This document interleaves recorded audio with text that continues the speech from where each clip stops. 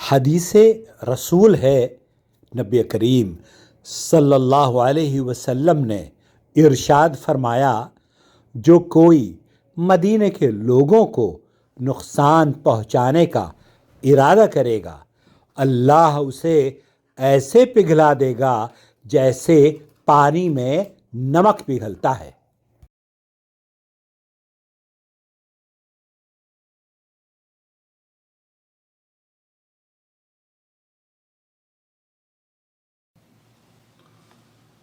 دوستوں، مدینہ منورہ وہ مقدس شہر جہاں رسول اکرم صلی اللہ علیہ وسلم نے اسلامی ریاست کی بنیاد رکھی اور مسلمانوں کو، پوری دنیا کے انسانوں کو نظم اور ضبط اور ایک دوسرے کا احترام کرنا سکھایا۔ صرف ایک تاریخی مقام نہیں بلکہ عقیدت، احترام اور نظم و ضبط کی علامت بھی ہے۔ یہ وہ جگہ ہے جہاں اسلامی قوانین کا نفاذ ہوتا ہے اور ہر مسلمان پر یہ لازم ہے کہ وہ یہاں کے آداب اور قوانین کا مکمل خیال رکھے۔ حال ہی میں مدینہ منورہ میں ایک خاتون کے پولیس اہلکار کو تھپڑ مارنے کا واقعہ سوشل میڈیا پر گشت کر رہا ہے، سامنے آیا ہے، اور لوگ مختلف انداز سے، مختلف طریقہ کار سے اس پر تجزیے اور تبصرے کرتے ہوئے نظر آ رہے ہیں۔ یہ عمل نہ صرف غیر قانونی تھا بلکہ اسلامی اقدار کے بھی خلاف تھا۔ سعودی عرب میں قانون سب کے لیے برابر ہے اور کسی بھی قسم کی بدتمیزی یا بد انتظامی نہ یہاں کی حکومت برداشت کرتی ہے اور یہاں کے باشندے بھی اسے تسلیم نہیں کرتے۔ اس کے لیے یہ بد نظامی قابل گرفت سعودی عرب میں سمجھی جاتی ہے۔ اسلام ہمیں صبر، بردباری اور قانون کی پاسداری کا درس دیتا ہے۔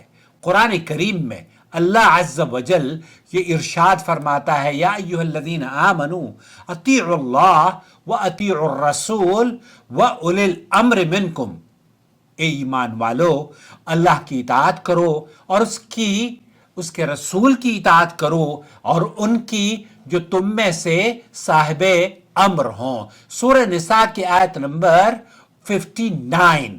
اور نبی کریم صلی اللہ علیہ وسلم کا ارشاد گرامی ہے، المسلم من سلم المسلمون من لسانہ ویدہ، یہ متفقن علیہ حدیث ہے۔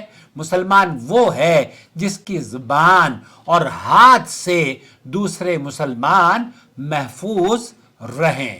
سعودی عرب میں قانون کی خلاف ورزی کو سختی سے روکا جاتا ہے۔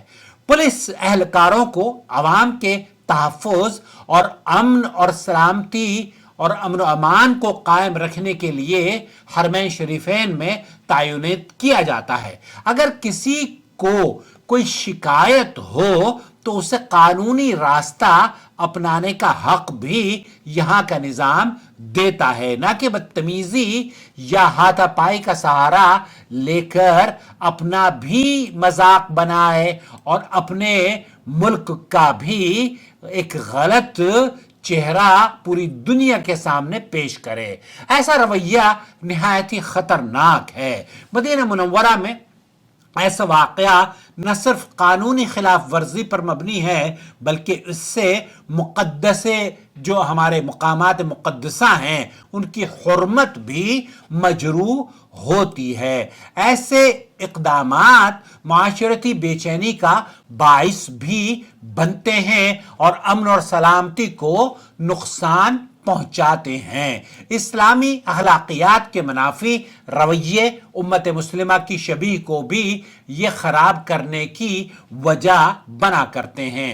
پولیس اہلکار جب آپ کو حرم شریف میں یا احاطے میں جانے سے منع کرتا ہے تو اس کا مقصد آپ سے نفرت یا دشمنی کا اظہار نہیں کرنا ہوتا بلکہ بھیڑ کو کنٹرول کرنا اور عوام کو راحت پہنچانا ہوتا ہے، اور وہ دراصل اپنی اس ذمہ داری کو پورا کر رہا ہوتا ہے جس کی وجہ سے حکومت نے اسے وہاں پر تعینات کیا ہے۔ یہ وہ شہر ہے جس کے امن کی ذمہ داری حکومت پر عائد ہے، چاہے وہ مکہ مکرمہ ہو یا مدینہ اور منورہ ہو، اور اگر کوئی حادثہ یہاں پر پیش آ جائے تو آپ کی غلطی اس حادثے کی وجہ بن سکتی ہے اور لاکھوں مسلمانوں کو نقصان پہنچا سکتی ہے۔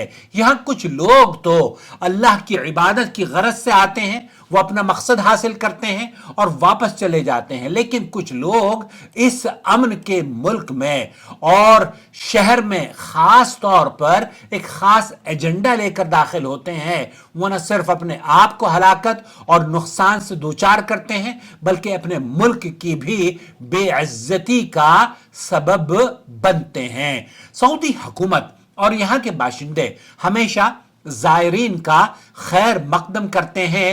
اس ملک کے قوانین کا احترام ہر آنے والے پر لازم ہے اور زائرین کی راحت کے لیے حکومت ہر ممکن قدم اٹھاتی ہے تاکہ دوران قیام انہیں کسی قسم کی تکلیف نہ پہنچے۔ ہم بلد الحرمین شریفین میں آپ کا خیر مقدم کرتے ہیں، استقبال کرتے ہوئے آپ سے گزارش کر رہے ہیں کہ قوانین کا خاص خیال رکھیں۔ یہاں کے جو بادشاہ ہیں، یہاں کی جو حکومت ہے، ان کا یہ فرمان آپ کبھی فراموش نہیں کر پائیں گے۔ وہ یہ کہتے ہیں کہ نحن فی خدمت ضیوف الرحمن، ہم اللہ کے مہمانوں کی خدمت میں ہیں۔ ان کا خیال رکھنا اور ان کے آرام و سکون کے تمام وسائل فراہم کرنا ہماری ذمہ داری ہے۔ دوستو، بھائیوں اور بہنوں، ہمیں بحیثیت مسلمان اپنے جذبات پر قابو رکھنا چاہیے اور ہر صورت میں قانون اور اسلامی آداب کی پاسداری کرنی چاہیے۔ اگر کسی کو کوئی مسئلہ درپیش ہو تو اسے قانونی طریقہ کار کے مطابق حل کرنا چاہیے، نہ کہ بدتمیزی یا تشدد کے ذریعے۔ مدینہ منورہ کا تقدس برقرار رکھنا یا حرمین شریفین کا تقدس برقرار رکھنا، مقامات مقدسہ کا تقدس برقرار رکھنا ہم سب کی ذمہ داری ہے۔ اللہ رب العالمین ہمیں صبر، قانون کی پاسداری اور اخلاقیات پر عمل کرنے کی توفیق عطا فرمائے۔ اپنا بہت خیال رکھیں اور اس خوبصورت پیغام کو آپ اپنے حلقے میں ضرور نشر کریں۔ واجب على علماء الحق أن يتقوا الله وأن يعلموا الناس وأن يرشدوا الناس من طريق الإذاعة، من طريق الكتابة والصحافة، من طريق التلفاز، يعلموا الناس دينهم۔ توحید یہ ہے کہ ایک معبود حقیقی کی، ایک اللہ کی عبادت و بندگی کی جائے اور اس کی ذات میں، اس کے صفات میں، اس کی الوہیات میں، اس کے تصرفات میں، اس کے علم میں، اس کی قدرت میں، اس کی شان و عظمت میں کسی بھی مخلوق کو بھی شریک نہ بنایا جائے، نہ پارٹنرشپ بنایا جائے۔ یہ ہے اصل توحید۔ اللہ ولی الذین آمنوا یخرجهم من الظلمات إلى النور والذین كفروا أولیاؤهم الطاغوت یخرجونهم من النور إلى الظلمات أولئك أصحاب النار هم فيها خالدون۔